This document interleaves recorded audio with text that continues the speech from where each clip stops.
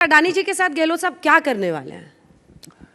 Adani group Rajasthan में, क्योंकि हम बजट से भटक चुके हैं, मैं आपका ध्यान आकर्षित करूंगा, पर फिर भी जवाब देना जरूरी है, क्योंकि आप मुझे हमेशा कहते हैं कि भटकना नहीं चाहिए, इसलिए आपको ध्यान। अगर अडानी ग्रुप जाकर निवेश करना चाहता है सोलर पावर में, यही तो हमें क्या एतराज है? ये भी यही समझाते हैं कि निवेश कर रहे हैं वो, तो क्या करें? हमें उसमें क्या एतराज है? और टेंडर के साथ कर रहे हैं, ये निर्मला सीतारमण जी बार बार बताती हैं। परंतु यहां LIC और SBI दोनों का पैसा खतरे में है, मार्केट गिर रही है, अर्थव्यवस्था डावाडोल है, पूरा शेयर बाजार गिर गया है, ये हमारे कुछ कहे बगैर गिरा है।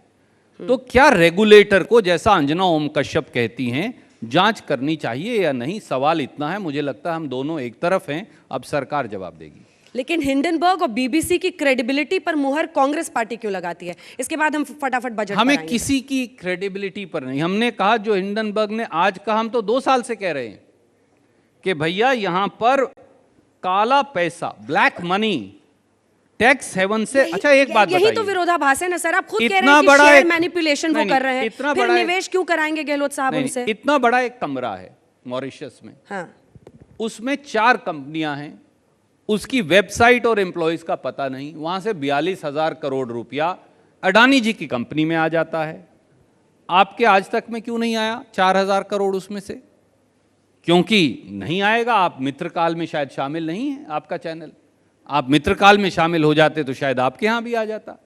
इसलिए बात इतनी ही है, कोई बिजनेस करे नो प्रॉब्लम, परंतु कोई फ्रॉड करे, फोर्जरी करे, शेयर्स की कीमत आर्टिफिशियली बढ़ाए, स्टॉक मैनिपुलेशन करे और LIC और SBI का पैसा, जो जनता का पैसा, उसे खतरे में डाले, तो रेगुलेटर, जैसे अंजना ओम कश्यप कहती है, जांच होना चाहिए या नहीं? सवाल इतना ही है। चलिए वापस अब बजट पर आते हैं। जो बड़े प्रावधान है, इनकम टैक्स पर आपने अपनी बात कह दी है।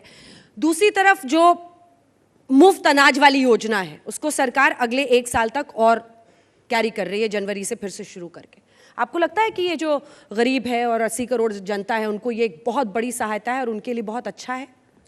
वो योजना तो बंद कर दी गई, आपके चैनल पे मैं बहुत जिम्मेवारी से कहता हूँ। और इसीलिए अगर आप देखें, देखिए इस देश में आपको एक बैलेंस स्ट्राइक करना है। सरकार का पैसा जो सबसे गरीब हैं या जो अपने पांव पर खड़े होने में शायद सक्षम नहीं, that's why we are a welfare state, कल्याणकारी राज्य हम हैं, उनके लिए भी इस्तेमाल होगा।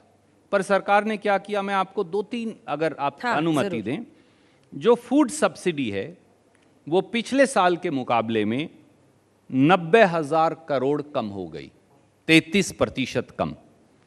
जो फर्टिलाइजर सब्सिडी है किसान की, उसका बजट 50,000 करोड़ कम हो गया, यानी 22% कम। MG नरेगा जो है, जो ग्रामीण रोजगार पैदा करता है, उसका बजट 30,000 करोड़ कम हो गया, यानी 33% कम। PM किसान का बजट 8,000 करोड़ कम हो गया। गांव की जो रूरल एलोकेशन है, अगर आप उसे 2020-21 के मुकाबले देखें तो वो 3,10,000 करोड़ कम हो गई। और जो पेट्रोल, डीजल, गैस जो आम जनमानस इस्तेमाल करता है, वो गरीब हो, मध्यम वर्ग हो, अमीर हो, 2014 में जब हमने सरकार छोड़ी तो हम 1,47,000 करोड़ सब्सिडी देते थे ताकि आपका गैस सिलेंडर सस्ता हो, आपका पेट्रोल और डीजल ठीक रहे। आज कच्चा तेल 35% कम हो गया, LPG गैस 42% अंतर्राष्ट्रीय बाजार में कम हो गई, पर सब्सिडी 2,000 करोड़ रह गई। अगर आप अंतर्राष्ट्रीय बाजार की कीमत भी देश में लागू कर दें, जैसा प्रधानमंत्री जी कहते हैं, तो पेट्रोल और डीजल की कीमत 20 रुपया लीटर कम होनी चाहिए और गैस सिलेंडर 500 रुपया। अब आज तक कोई सवाल जरूर पूछना चाहिए, और कोई पूछे या ना पूछे, इनडायरेक्ट टैक्सेस तो बजट में आता नहीं है सर। वो कहते हैं GST काउंसिल में आप लोग मुकर जाते हैं।